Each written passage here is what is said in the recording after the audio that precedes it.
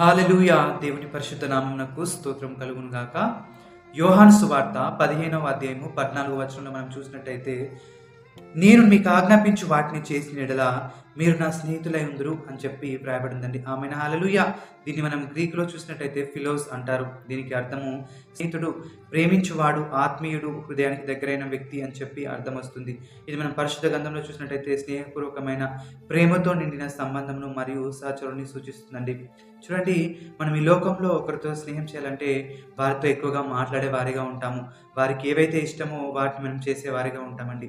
అదేవిధంగా మనము దేవునికి స్నేహితులుగా జీవించాలంటే మనము ఆయనతో మాట్లాడే వారిగా ఉండాలి. అంటే ఆయనతో అనునిత్యము మనం ప్రార్థన సహవాసం చేసేవారిగా ఉండాలి.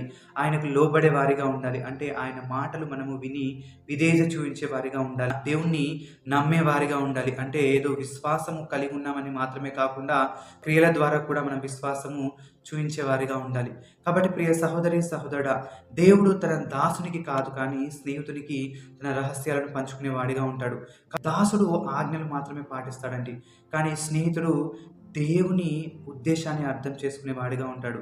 కాబట్టి నీవు దాసుని వలె ఆజ్ఞలు పాటించే వాడిగా కాకుండా స్నేహితుని వలె దేవుని ఉద్దేశాన్ని చేసేవారిగా జీవించాలి. అప్పుడు దేవుడు మన హృదయానికి దగ్గరవుతాడు. మనము ఆయన ఉద్దేశములలో పాలివారం అవుతాము. అట్టి కృప దేవుడు మనందరికీ దయచేయును గాక. ఆమేన్. హల్లెలూయా!